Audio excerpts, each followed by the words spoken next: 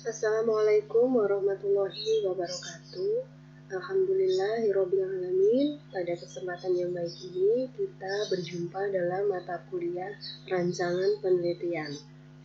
Pada kesempatan ini saya akan memaparkan teknik dan instrumen pengumpulan data.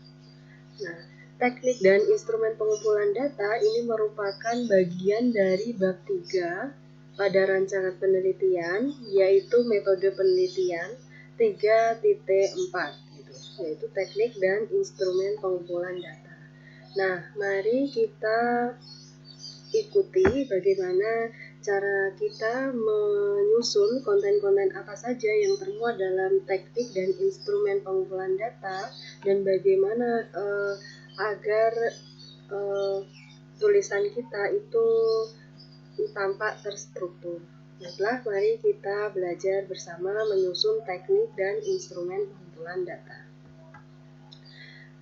Instrumen pengumpulan data itu merupakan alat yang digunakan oleh pengumpul data untuk melaksanakan tugasnya dalam mengumpulkan data. Dalam hal ini, pengumpul data adalah saudara sebagai seorang peneliti. Nah, pada prinsipnya, seseorang meneliti itu adalah melakukan pengukuran, gitu. Maka harus ada alat ukur yang baik. Nah, alat ukur tersebut dinamakan instrumen penelitian. Nah, instrumen penelitian pada model penelitian Research and Development itu setidaknya ada 3 instrumen yang harus termuat. Ini saya bagi melalui 3 macam instrumen yang biasa digunakan dalam penelitian R&D. Instrumen yang pertama itu adalah instrumen yang digunakan pada studi pendahuluan. Nah, pada studi pendahuluan itu kita harus menyiapkan pedoman wawancara dan angket sebagai analisis kebutuhan. Nah, ini digunakan untuk memperoleh data mengenai pelaksanaan asesmen pembelajaran di sekolah. Gitu. Seperti yang kita ketahui bahwa kegiatan analisis gitu, analisis kebutuhan itu kita ingin mengetahui latar belakang kebutuhan studi pendahuluan tentang sekolah atau tentang pembelajaran yang akan kita kembangkan sebuah produk gitu ya. Jadi kebutuhan-kebutuhan apa saja yang diperlukan sebelum kita menentukan produk yang akan dibuat oleh seorang peneliti. Instrumen yang kedua itu adalah instrumen yang digunakan untuk validasi ahli. Nah, validasi ahli itu menggunakan sebuah angket ya untuk menguji produk gitu. Jadi angket, saudara yang pertama perlu menyiapkan pedoman wawancara dan angket untuk studi pendahuluan. Kemudian kalau ini sudah dilaksanakan studi pendahuluan, lanjut ke validasi ahli, yaitu menggunakan sebuah angket validasi. Nah, yang terakhir adalah instrumen uji coba terbatas. Instrumen yang perlu disiapkan dalam uji coba terbatas itu yang pertama adalah angket dan lembar tes atau soal tes. Nah, angket ini disusun untuk mengetahui tanggapan guru dan siswa. Adapun lembar tes ini untuk mengetahui efektivitas produk dalam pembelajaran. Jadi lembar teks ini dikhususkan pada subjek siswa. Seperti itu. Nah, sehingga dalam jenis-jenis instrumen ini akan dibedakan instrumen tes dan instrumen non-tes. Kalau instrumen tes itu berarti berupa lembar tes, kalau instrumen non-tes itu berupa pedoman wawancara dan angket. Nah, agar data yang diperoleh dapat dipercaya, maka instrumen yang digunakan itu harus valid dan bersifat reliable atau ajak ya. Nah, untuk itu perlu dilakukan sebuah pengujian terhadap instrumen yang akan digunakan. dalam konteks pengujian instrumen dapat dilakukan dengan dua jenis cara, yaitu yang pertama, judgment atau penilaian, dan kedua adalah pengujian empirik. Nah, mari kita lakukan bagaimana cara kita agar instrumen yang kita gunakan itu dianggap valid dan reliable. Nah, sebelumnya saya berikan sebuah ringkasan aspek yang dinilai, kemudian instrumen, kemudian data yang diamati, dan siapa respondennya. Nah, tabel ini memuat keseluruhan sasaran ya. Pertama, kita kan telah mengetahui aspek-aspek apa yang akan kita teliti atau yang akan dinilai gitu. Nah, ini yang pernah saya lakukan ketika melakukan penelitian pengembangan. Jadi saya buat ringkasan seperti ini. Nah, aspek yang dinilai saya itu akan menilai sebuah kelayakan dari produk gitu ya, khususnya bahan ajar gitu. Nah, kelayakan itu meliputi apa? Meliputi validitas produk, kepraktisan produk, kemenarikan produk, dan keefektifan sebuah produk. Nah, kita fokus ke aspek yang dinilai pada kelayakan dari aspek validitas produk. Nah, dari validitas sebuah produk itu saya menggunakan instrumen berupa angket. Hal ini untuk mengamati kevalidan bahan ajar. Nah, ini ditujukan kepada ahli ya, validator ahli. Saudara bisa menentukan ahli sesuai dengan produk yang akan dikembangkan. Nah, misal bahan ajar itu bisa melalui ahli dalam aspek konten atau isi, kemudian ahli di bidang pembelajarannya atau di bidang bahasa gitu, itu juga boleh. Kalau saudara mengembangkan sebuah media berbasis IT gitu, bisa saudara menggunakan ahli atau memilih seorang ahli dari di bidang IT gitu, media pembelajaran, seperti itu juga boleh. Nah, unsur kelayakan produk yang kedua adalah kepraktisan produk. Nah, kepraktisan produk ini angket yang digunakan adalah pedoman wawancara dan angket. Hal ini untuk apa? Untuk mengetahui kemudahan guru dalam menggunakan produk yang akan kita buat gitu. Nah, ini sasarannya atau respondennya siapa? Yaitu guru bahasa Indonesia. Unsur kelayakan yang ketiga adalah kemenarikan sebuah produk. Sama saja, kemenarikan sebuah produk itu menggunakan instrumen pedoman wawancara dan angket. Nah, adapun data yang diamati itu adalah sebuah ketertarikan siswa dalam belajar menggunakan produk kita gitu. Nah, ini respondennya adalah siswa. Unsur kelayakan yang terakhir adalah keefektifan produk. Nah, untuk mengetahui keefektifan sebuah produk yang telah kita buat gitu, menggunakan instrumen berupa lembar tes atau soal tes.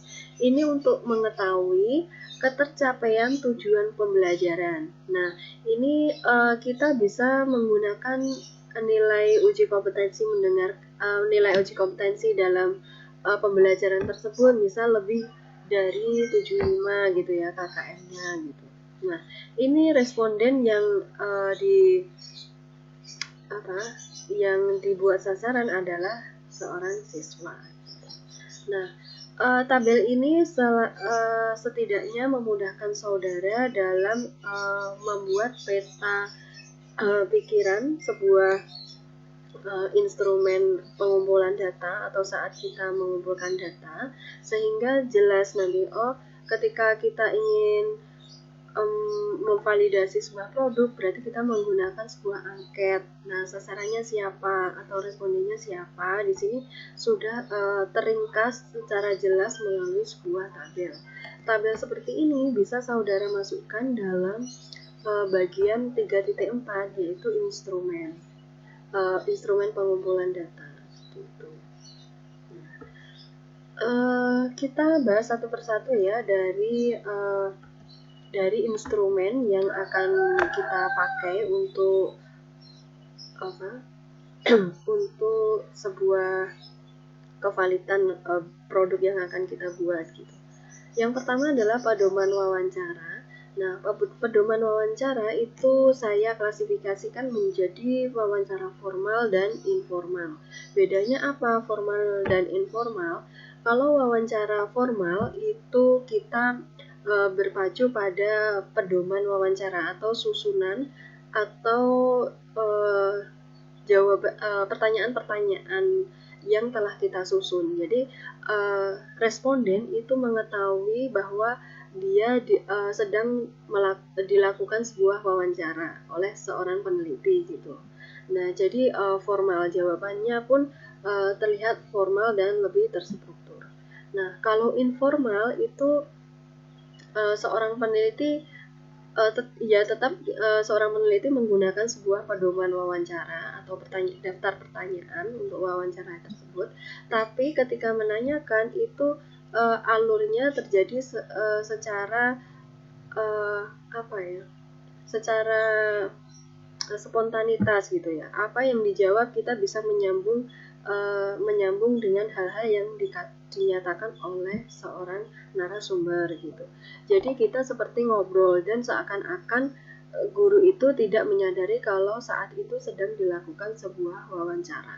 Jadi mengikuti alur jawaban dan kita menanggapi kembali jawaban dari narasumber, kemudian seterusnya. Yang terpenting pertanyaan-pertanyaan inti yang harus kita dapatkan itu masuk dalam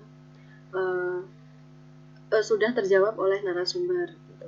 Nah, saya baiknya menyarankan kepada saudara untuk melaksanakan atau melakukan wawancara itu dengan informal. Kenapa informal? Karena menurut saya lebih fleksibel daripada formal ya. Karena kita bisa bercakap-cakap dengan seorang guru atau yang responden kita itu dengan santai sehingga nampak kita itu menjalin keakraban bagaimana mengembangkan sebuah produk itu agar baik gitu ya. Jadi tidak seakan-akan terpacu pada daftar pertanyaan-pertanyaan gitu ya. Selain kita juga menyiapkan pertanyaan, itu kan sesekali itu seorang narasumber kan bisa memberikan sebuah pernyataan-pernyataan yang itu malah membuat ide-ide yang lain untuk mengembangkan produk kita. Kadang ada narasumber memberikan masukan-masukan untuk mengembangkan sebuah produk. Nah, sehingga saya menyarankan pada saudara untuk melakukan wawancara secara informal. Nah, ini saya berikan contoh pedoman wawancara untuk guru gitu ya. Sebelumnya saudara silakan sebelum melakukan studi pendahuluan itu silakan membuat pedoman wawancara untuk guru dan siswa. Kenapa kok dipilah-pilah? Karena kebutuhan seorang guru dalam mengajar itu perlu diklasifikasikan sendiri karena siswa juga perlu diketahui bagaimana kebutuhan mereka belajar gitu. Jadi ada dua pedoman wawancara, yaitu yang pertama pedoman wawancara untuk guru dan yang kedua untuk peserta didik gitu. Nah, kalau untuk guru ini lebih ke konten-konten rancangan pembelajaran ya, sehingga selain dari aspek rancangan atau desain pembelajarannya, juga menanyakan kepada kebutuhan siswa atau reaksi-reaksi siswa ketika belajar teks tertentu gitu ya. Jadi ini dilihat dari sudut pandang seorang guru. Nah, untuk menyeimbangkan analisis kebutuhan kita perlu melakukan juga wawancara kepada peserta didik. Hal ini apa? Untuk menyelaraskan bagaimana produk yang akan kita kembangkan itu bisa langsung mengena pada diri siswa. Nah, kadang siswa itu memiliki keinginan-keinginan terhadap produk ya di sekolah, produk-produk pembelajaran di sekolah itu agar lebih praktis digunakan untuk siswa. Nah, jadi terus gali dengan melakukan wawancara kepada peserta didik, apa yang kamu inginkan dari pembelajaran ini, silahkan itu digali melalui sebuah wawancara gitu ya. Gitu. Jadi daftar pertanyaan-pertanyaan ini setidaknya bisa membantu saudara apa yang perlu digali ini nanti dari seorang siswa. Instrumen yang selanjutnya atau yang kedua adalah angket.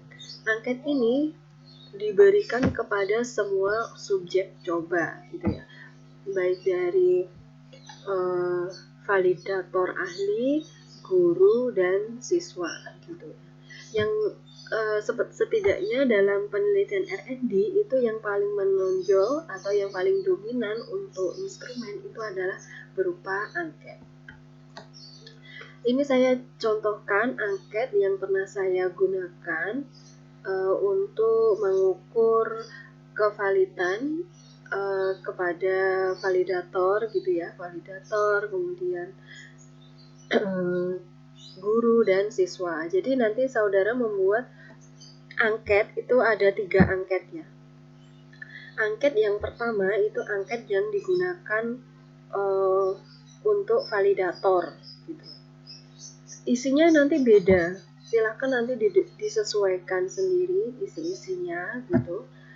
Nah, kemudian angket yang kedua adalah angket untuk guru.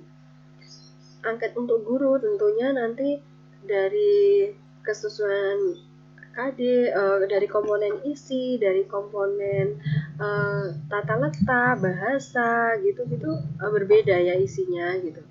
Nah, kemudian angket yang ketiga yaitu saudara perlu membuat angket yang ditujukan untuk siswa. Gitu. Jadi ada 3 angket yang perlu saudara buat. Nah, pada angket penilaian, gitu ya, setelah saudara mendapatkan angket yang telah diisi oleh responden saudara, nah kita mengukur angka tersebut dengan sebuah penilaian, yaitu skor jawaban itu diukur menggunakan skala Likert gitu ya, yang terdiri atas 4 kategori pilihan dengan alternatif. Nah, pengukuran ini ya, misal pengukuran 4, 3, 2, 1 ini hasil penelitiannya berarti kalau responden kita memberikan 4 berarti sangat baik, cukup baik gitu ya. Nah, jadi seperti ini. Misal ini saya contohkan untuk validator ahli ya. Validator ahli penilaiannya berapa pada aspek ini ya. Misal rumusan standar kompetensi sesuai dengan standar isi gitu. Dicentang di mana ini disesuaikan dengan produk yang kita sodorkan ke validator atau ke responden gitu. Jika memberikan nilai 4 berarti artinya itu kita mendapatkan nilai sangat baik pada aspek tersebut gitu. Misal keakuratan materi, teori yang digunakan dalam bahan ajar ini sesuai dengan teori pembelajaran, menganalisis dan mengonstruksi makna titik-titik gitu. Nah, misal ahli di sini responden kita memberi nilai 2 gitu ya. Nilai 2 artinya hasil penelitian itu cukup baik atau bahan ajar atau produk yang kita buat itu mendapatkan nilai yang cukup baik seperti itu dan seterusnya. Nah, oleh karena itu ketika kita memberikan angket ini kepada responden itu jangan sampai jadi satu paket gitu ya, angket dan produk gitu. Jadi satu paket ini. Jadi seorang responden itu juga mengetahui produk kita yang akan diberi nilai. Nah, kemudian ada lembar tes. Nah, lembar tes ini diberikan kepada siswa setelah mempelajari materi melalui tes uji kompetensi. Ini untuk mengetahui keefektifan produk yang kita buat gitu ya. Soal tes ini terdiri dari beberapa butir tes atau item yang masing-masing mengukur satu variabel. Ini yang mengetahui adalah saudara. Jadi yang menyusun tes ini adalah saudara untuk mengukur tujuan pembelajaran. Baik, terima kasih.